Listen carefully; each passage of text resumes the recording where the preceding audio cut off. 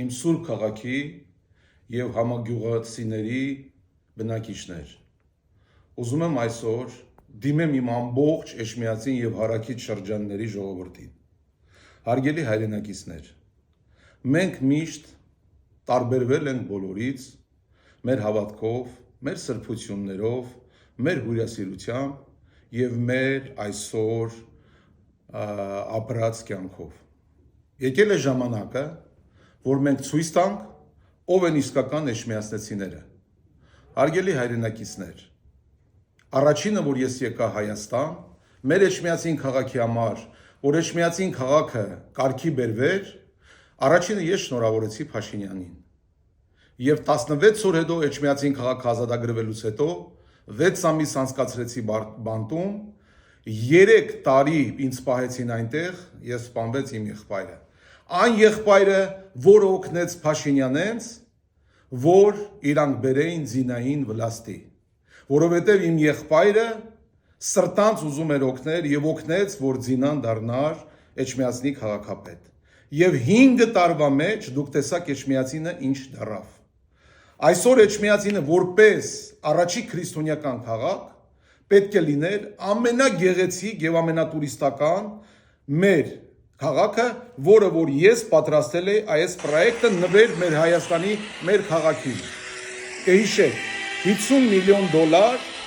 ամբողջ աշխարհի հայերը պետք է ներդնեին նվեր Էջմիածին սուրբ քաղաքին այս պրոյեկտի համար, որը առաջի ֆոնտաններն էր աշխարհում, որը չկա նմանատիպը, որը պետք է կառուցել բոլոր հայկական եկեղեցիները ջրով 38 մետր բարձրության վրա, որոնք արդեն պայմանավորվածություն ունեին, որ գային սարքեին։ Իսկ Փաշինյանը, որը դավաճանել է ամբողջ ավանդույթները հայ ազգի, դավաճանել է սրբոց եկեղեցուն,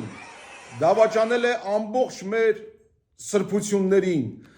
ցեխ է նետում մեր քրիստոնեական եկեղեցու վրա, սուտ մանիպուլյացիաներ անելով, եթե տղամարդը սուտ է խոսում, ասելով Ղարաբաղը Հայաստան է եւ վերջ, երբ ստում է, ասում է, ես երբ եմ ասել, որ Ղարաբաղը Հայաստան էր եւ վերջ, որ ասում է դուք պետք է դառնաք Հայաստանի մի մարզը, ասում է, ես երբ եմ այդպեսի բնարարել, դա ադրբեջանական տարածք է։ Այսինքն 6 տարվա մեջ ինչ ասելա ստելա։ Հիմա այս ստով նա եկել է մեր սուրբ քաղաքը աղավաղելու, վերջնական ցույց տալու, որ կարող է վերացնել միակ քրիստոնեական կենտրոնը։ Դա չի ստացվելու, հարգելի հայրենակիցներ, որովհետև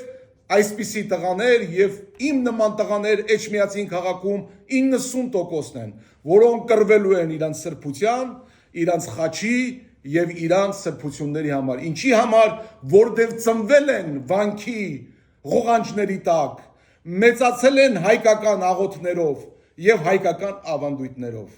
Հարգելի հայրենակիցներ, իմ սրտի խոսքը ես տալիս եմ Սևակին ինչի համար, ճանաչելով նրան դոցենտ տղա լինելով նա, ճանաչելով նրա տատիկին, որը մեր դպրոցի ուսմասվարն է եղել, ինձ դասավանդել է, կրթել է, մեր ամբողջ դպրոցում ինչ հարգանք է վայել, նրա հորեղբայրը Մեհերը մեր հետ ֆուտբոլ է խաղացել, մեր ընկերն է, հորեղբորս տղա ընկերն է, եւ նա մեր կողքի շենքից դեռ մանուկ հասակից ճանաչել եմ։ Ինչ եմ ուզում ասեմ, ես վստահում եմ նրան։ Խնդրում եմ դուք էլ վստահեք, ով կլսի իմ խոսքը։ Համենայն դեպս, եթե նրան էլ չեք վստահի, մի վստահեք այսօրվա թշնամիներին, ովքեր ներսից բաժանել են մեր ընտանիքները, եղբայրը քվոր հետ են կարվածրել,